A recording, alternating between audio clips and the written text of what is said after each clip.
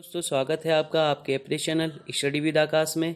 आज मैं आपके लिए हिस्ट्री के रिपीटेड एमसीक्यूज लाया हूं जो कि परीक्षा की दृष्टि से बहुत ही महत्वपूर्ण है। अगर अभी तक आपने हमारे चैनल स्टडी विद आकाश को सब्सक्राइब नहीं किया है तो प्लीज़ सब्सक्राइब कर लीजिए। चलिए शुरू करते हैं। आज का पहला प्रश्न, इतिहासकार बर्नी ने दिल्ली के सुल्तानों के अधीन भारत में शासन को वास्तव में इस्लामी नहीं माना है, क्योंकि बर्नी ने लिखा है कि जो है दिल्ली सल्तनत में जो है अधिकतर जो जनता थी वो इस्लाम का पालन नहीं करती थी। जो इसका जो सही आंसर हो जाएगा, अधिकतर आबादी इस्लाम का अनुसरण नहीं करती थी। ठीक है, तो अगले क्वेश्चन की ओर बढ़ते हैं। अगला क्वेश्चन, सल्तनत काल के अधिकांश अमीर एवं सुल्तान किस वर्ग के थे? तो इसका जो सही आंसर है वो तुर्क है, तुर्क वर्ग के थे। अगले क्वेश्चन को देखते हैं। अगला क्वेश्चन है, कौन सा सही रूप में सुमेलित है? तो इसका जो सही आंसर हो जाएगा दीवाने बंदगान। ये फिरोज शाह के काल में दीवाने बंदगान जो है स्थापित किया था फिरोज शाह तुगलक ने। और क्यों किया था? ये इसलिए किया था क्योंकि ये विभाग जो है दासों की देखरेख करता था। फिरोज तुगलक जो है सबसे ज़्यादा दास जो है फिरोज तुगलक के शासनकाल में ही हुए। और दीवाने मुस्तक राज ये जो है बलबन ने नहीं, बल्कि इसको बलबन ने नहीं बनाया था, इसको अलाउद्दीन खिलजी ने जो है स्थापित किया था। क्यों स्थापित किया था? क्योंकि जो है भ्रष्टाचार और लूट को कम करने के लिए ये अलाउद्दीन ने स्थापित किया था। बलबन गलत है। अगला देखते हैं, दीवाने को ही को जो है ये जो है मोहम्मद बिन तुगलक ने बनाया था। ये अलाउद्दीन खिलजी ने नहीं, मोहम्मद बिन तुगलक ने बनाया था। और क्यों बनाया था? ये कृषकों की सहायता के लिए बनाया था। और दीवाने अर्ज ये बनाया था बलबन ने, दीवाने अर्ज को बनाया था बलबन ने। और ये दीवाने अर्ज जो है ये सैनिक विभाग था। अगले क्वेश्चन की ओर बढ़ते हैं। तो इसका जो आंसर हो जाएगा, कौन सा सुमेलित नहीं है, तो आप डी को टिक करेंगे। अगले क्वेश्चन को अब देखते हैं। अगला क्वेश्चन है, सूची 1 को 2 के साथ सुमेलित करना है। एक तरफ विभाग दिए गए और विभाग के कार्य दिए गए हैं। तो दीवाने अर्ज जो था वो किससे संबंधित था? वो सेना विभाग से संबंधित था। ए को 4 से मिला देंगे, ए को 4 से मिला देंगे। और दीवाने रिसालत ये जो है धार्मिक मुद्दों से संबंधित था, तो बी को 1 से मिला देंगे। ठीक है। और सी जो है दीवाने इंसा ये सरकारी पत्र व्यवहार से संबंधित था, सी को 2 से मिला देंगे। और डी जो है वो आपका दीवाने वजारत वित्तीय मामलात से संबंधित था। तो मतलब क्या हो गया, डी को मिला दिया हम लोगों ने 3 से। A4, B1, C2 और D3। तो इसका जो आंसर हो जाएगा, देख लेते हैं आंसर।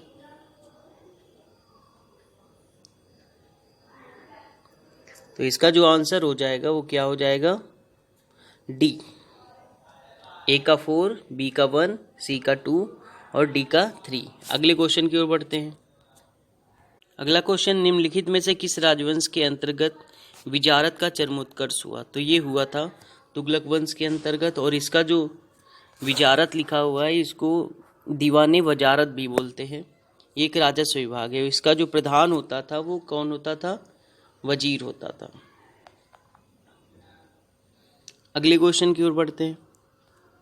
अगला क्वेश्चन है, निम्नलिखित में से कौन भूमि उत्पाद पर लगने वाले कर को इंगित करता है? तो कौन कौन इंगित करता है आपका? ये आपका खराज जो है भूमि उत्पाद कर को इंगित करता है, मुक्तई भी जो है इंगित करता है और उस्र भी करता है। ये जो खुम्स है ये जो है आपका लूट का कर होता था। ठीक है, तो आपका जो ऑप्शन हो जाएगा 1, 3 और 4 आपका सही हो जाएगा, डी ऑप्शन। अगले क्वेश्चन की ओर बढ़ते हैं। अगला क्वेश्चन है, भारत के किस मध्यकालीन शासक ने इक्ता व्यवस्था प्रारंभ की थी? बहुत इजी क्वेश्चन है, तो इसका जो आंसर हो जाएगा वो इल्तुतमिश हो जाएगा। इल्तुतमिश ने किया था। और ये किसको इक्ता प्रदान किया जाता था? ये सैनिक अधिकारियों को प्रदान किया जाता था। और इस पे जो है ये मालिक नहीं होते थे इक्ता के, बस इनको केवल इतना हक दिया जाता था कि ये जो है लगान जो है वसूल सकें बस, और ये मालिक नहीं होते थे इक्ता के। अगला क्वेश्चन की ओर बढ़ते हैं। अगला क्वेश्चन, सल्तनत काल में भू राजस्व का सर्वोच्च ग्रामीण अधिकारी कौन होता था? तो ये चौधरी होता था। ये आंसर आपका सही हो जाएगा। अगले क्वेश्चन की ओर बढ़ते हैं। अगला क्वेश्चन है, सर्व कर लगाया जाता था। तो ये सर्व का मतलब होता था सिंचाई। तो सर्व कर जो है किस पर लगाया जाता था? सिंचाई पर लगाया जाता था। और ये किसके समय में था? ये फिरोज शाह तुगलक के समय में था। फिरोज शाह तुगलक ने 24 जो है कष्टदायक करों को जो है समाप्त कर दिया था। कितने करों को समाप्त कर दिया था? 24 करों को। और कुरान के हिसाब से, कुरान के अनुसार इसने 4 प्रकार के कर लगाए थे। कौन कौन से? ये मैं आपको बता दूं कौन कौन से कर लगाए थे। आपका एक खराज, दूसरा खुम्स, तीसरा जजिया और जकात। अब अगले क्वेश्चन की ओर बढ़ते हैं। तो इसका सर्व कर लगाया जाता था सिंचाई पर। अगले क्वेश्चन को देखते हैं अब। अगला क्वेश्चन है, जवाबित का संबंध किससे था? तो ये किससे था? ये राज्य कानून से था। तो इसका जो सही आंसर हो जाएगा राज्य कानून से। अगले क्वेश्चन की ओर बढ़ते हैं। अगला क्वेश्चन है कि हदीस क्या है? हदीस एक इस्लामिक कानून है। ठीक है, हदीस को मैं बता दूं कि ये इसमें मैं आपको बताना चाहता हूँ कि जो है इस्लाम धर्म के मूल 2 स्रोत थे। पहला एक जो है वो कुरान, और दूसरा जो स्रोत माना गया है वो आपका हदीस माना गया है। ठीक है, और कुरान और हदीस इन दोनों को मिलाकर ही इस्लामी शरीयत की जो है रचना होती है।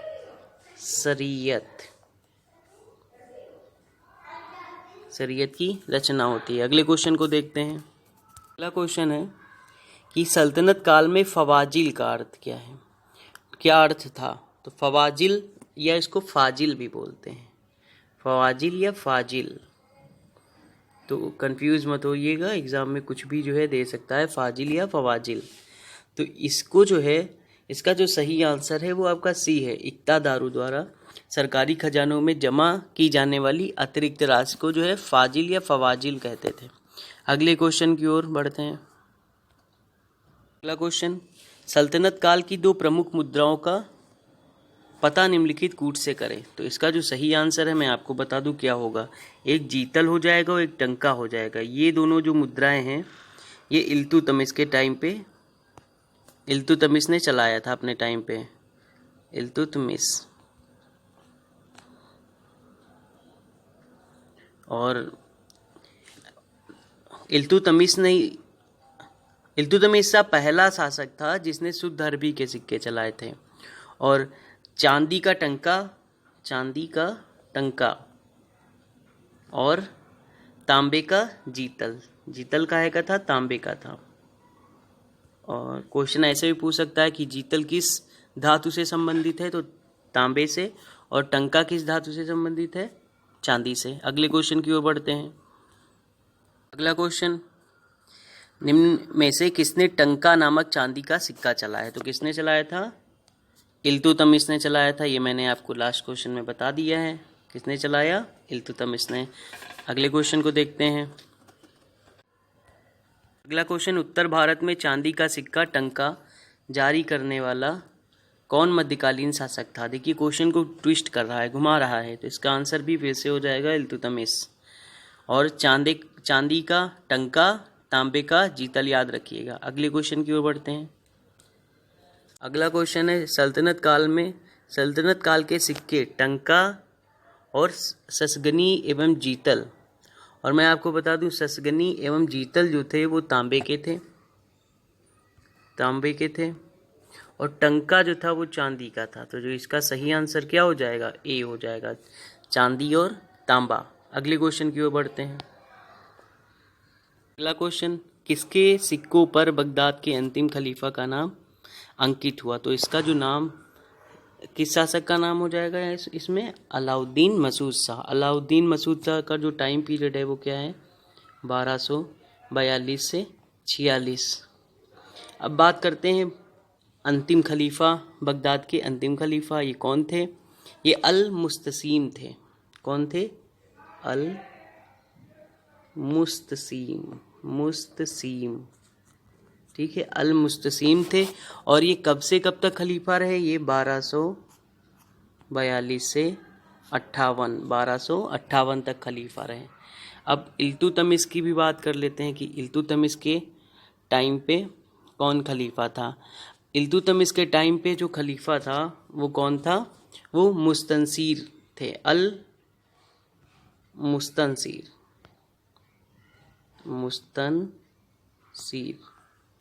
और अल मुस्तनसीर का जो टाइम पीरियड था वो क्या था? 1226 से 42 तक। तो ये आप जो है अच्छे से याद रखिएगा। और इसका सही आंसर क्या हो जाएगा? आपका डी। अगले क्वेश्चन, ये सॉरी दोस्तों, लास्ट क्वेश्चन है आपका ये। Thank you.